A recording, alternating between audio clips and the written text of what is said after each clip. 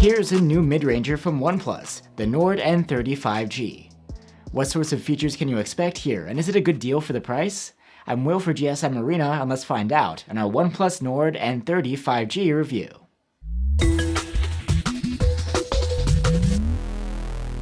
The Nord N30 5G is a rebrand of OnePlus's Nord CE 3 Lite, which was released in European and Asian markets. In contrast, this one is mainly meant for the US market.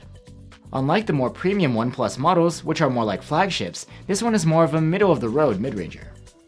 The back of the phone is made of plastic, and it has a glossy finish that easily attracts fingerprints. The frame is made of plastic as well, but overall the phone feels solid and well made. You are missing a couple of things here compared to more expensive OnePlus models. You don't get the signature OnePlus alert slider, and there's also no ingress protection. The display of the phone is a 6.72-inch LCD with a 1080p resolution and a 120Hz refresh rate. This panel is sharp enough, but you miss out on those deep blacks which you typically get on an OLED display. There's no support for HDR video here, and the colors aren't particularly accurate either, with whites and grays trending toward bluish even after you tweak them in settings.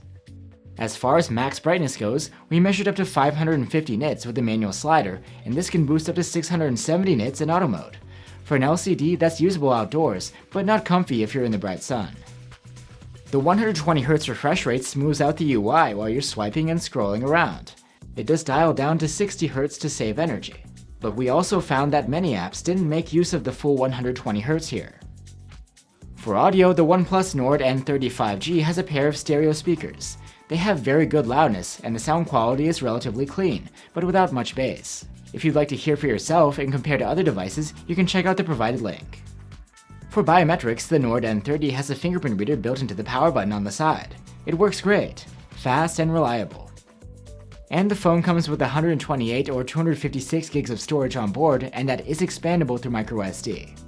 The Nord N30 5G's interface is the latest Oxygen OS 13.1 on top of Android 13. It's very similar to Realme's Realme UI 4.0 and Oppo's ColorOS 13. If you've had some experience with one of these, then you'll feel right at home. There are a few custom features here on top of what you'd normally find on Android, like the floating windows function. And the smart sidebar is a convenient place where you can store shortcuts. Since these interfaces are so similar, if you'd like to learn more about the software experience, you can actually just have a look at our detailed Realme UI video. The chipset of the Nord N30 5G is a Qualcomm Snapdragon 695. It was never a powerful chip, even back when it came out in 2021, and now it's even more unimpressive. In benchmarks, the Nord N30 earned middle-of-the-road CPU scores, and graphics scores leave more to be desired. Still, the Nord makes the most of it, and it can generally get the job done. There's enough power here to deliver a decent day-to-day experience.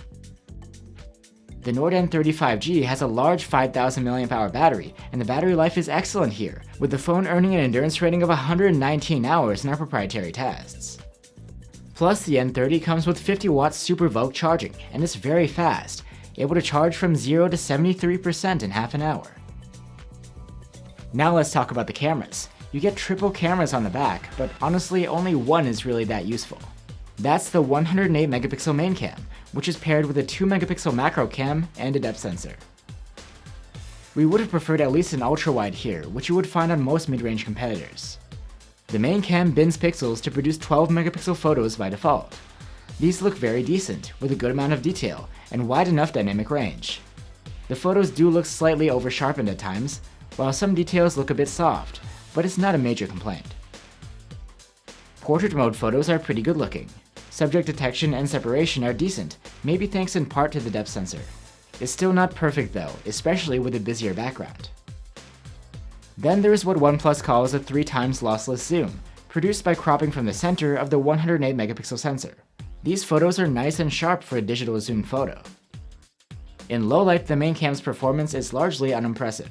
The detail level is decent and colors are true to life, but there's visible noise. Light sources are often blown out, and shadows are very dark. There is a night mode you can enable, but the results are mixed. The shots are brighter and shadows are boosted, restoring some lost detail there. The light sources are also handled better. However, these photos have a lot less detail and are softer. There was a lot of added sharpening too, to try and compensate. Video capture is limited to 1080p resolution at 30 FPS. These videos from the main cam have an okay amount of detail and the colors look nice. The dynamic range is narrow though, with dark shadows. There is some electronic stabilization here, but it doesn't do a great job. The footage is still shaky, and there's focus hunting too. Next, we have the 2-megapixel macro cam. You get the amount of detail you'd expect at this lower resolution. At least the colors look nice. And you can take selfies with a 16-megapixel front-facing cam. The colors are nice and the dynamic range is decent, but the subject comes out looking soft, with smoothed out textures. So that's the OnePlus Nord N30 5G. You get a large 120Hz display, good battery life, and very fast charging. Mid-range options are limited in the US market, so the Nord N30 strikes a good impression. An older phone like the Pixel 6a might have an OLED screen, but it's a lot smaller.